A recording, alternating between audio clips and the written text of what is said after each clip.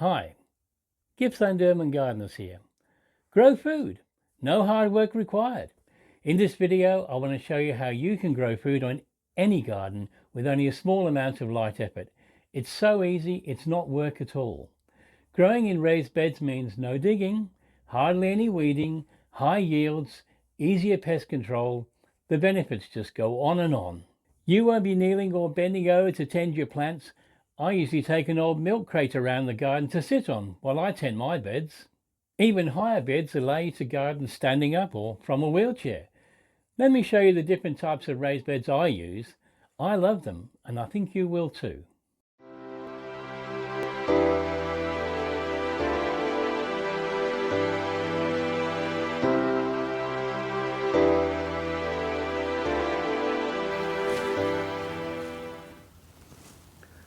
So these are raised beds from Bunnings. They cost about $35 at the moment. You need about 2 bags of potting mix to fill them up and you're pretty well good to go straight away. They have a small reservoir at the bottom of the tub which contains a couple of inches of water, maybe 5-6 centimeters. If you get any more than that through rainfall, the excess will drain out through the hollow legs, so your plants don't drown. You can fit up to 32 carrots in here, or a cabbage, or a collie, or a broccoli, or say 8 turnips, or 8 Swedes. So you can get a fair bit of crop out of each one of these beds, and if you get a few of them, then you can have, in this case we got 6, and that's about the equivalent of 3 square meters of growing area. Obviously, because they're on legs, you can put them on patios. You don't need a lot of space for them. Because they stand at a reasonable height, you don't have to bend over to work on them. Someone in a wheelchair could still use them quite comfortably. So yeah, they're all around. They're a pretty good buy. They have proved to be quite resistant to UV. So we've had these for about 5 or 6 years now, and there's no real sign of cracking in the plastic. So from that perspective, you're going to get a fair number of years out of them. So yeah, so far we found these to be something that we can recommend. We have a number of metal-sided beds. We like them because they're inexpensive and they're pretty easy to install. They take about 12 to 15 25-litre bags of potting mix to fill, which is probably the largest expense involved in installing them. They provide about a square metre of space, 30 centimetre squares, and you can garden sitting down. The only tool you require is a trowel, and the trowels we use come from Bunnings. They're made by a company called Nilex. They're about $6 each. They're made of nylon and they're very UV stable. We've had some sitting in the beds now for at least 5 years, and they show no signs of breaking down whatsoever. So yeah, they've been a good choice as it turns out. Here's me sitting at one of my metal beds, just getting ready to transplant in a tomato plant.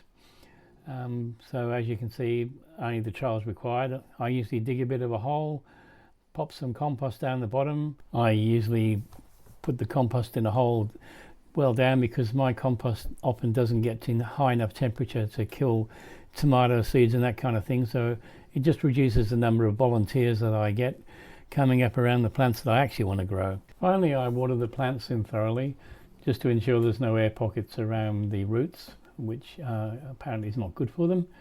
And then, because it's winter time, I'm putting on plastic milk bottles, which I've cut the bottom off on the one end and put fly screen on the top to allow airflow. And they act as little mini cloches just to protect the plants from frost and also to keep them a little bit warmer during the day. So I'm standing here next to my IVC bulk container raised beds. So these come as a full unit of about a cubic meter of storage. They can be cut in half. There's a plastic inner bladder and then a metal outside frame. So I cut the frame in half and the bladder in half, and then I put the frame bits upside down so the sharp bits are on the ground, and then the bladder sits inside that frame. which gives me a nice sturdy edge around it.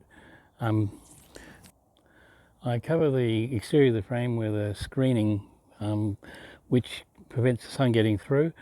It's important to do that because light will penetrate into the side of the container because it's a white plastic, and then will allow molds to grow within the container. So that's something that you want to kind of avoid. The other thing is that by preventing the light getting to that plastic material, you're going to reduce the amount of UV damage that you get on it, so that the containers are going to last longer. So that again is worthwhile doing for that purpose. And using the sunscreen shade cloth, it's relatively inexpensive to do.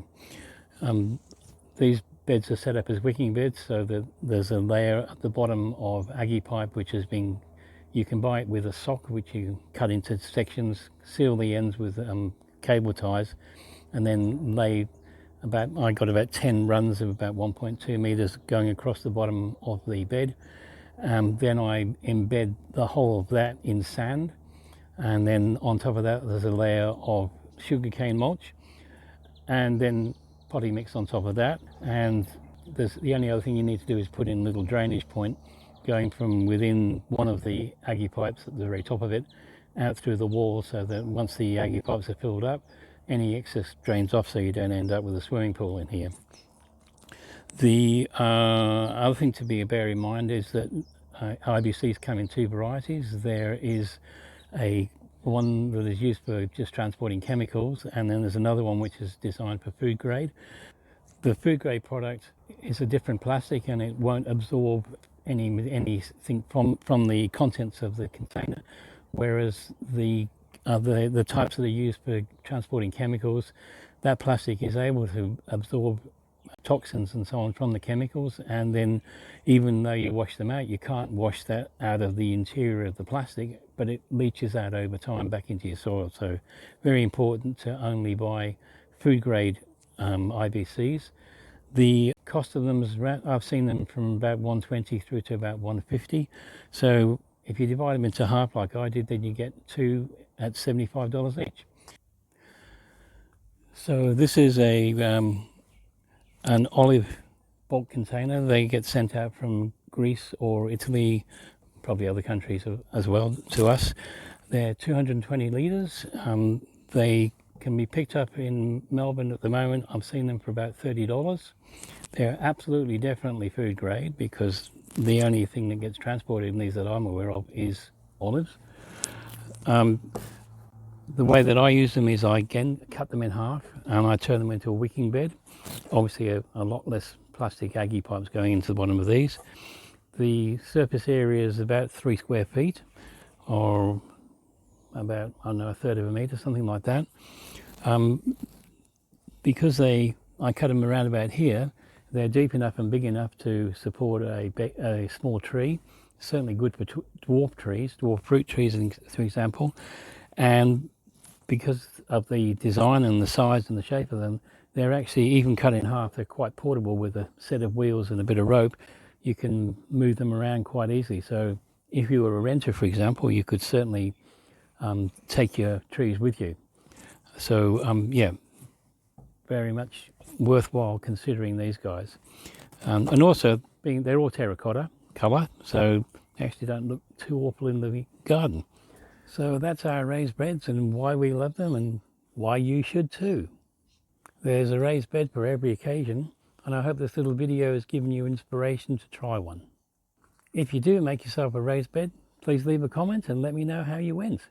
Also, please don't forget to click like and subscribe if you found this video helpful. I have made a video demonstrating how to make a potting mix known as Mel's Mix. If you'd like to have a look at how that's done, it should be just here. Thanks for watching.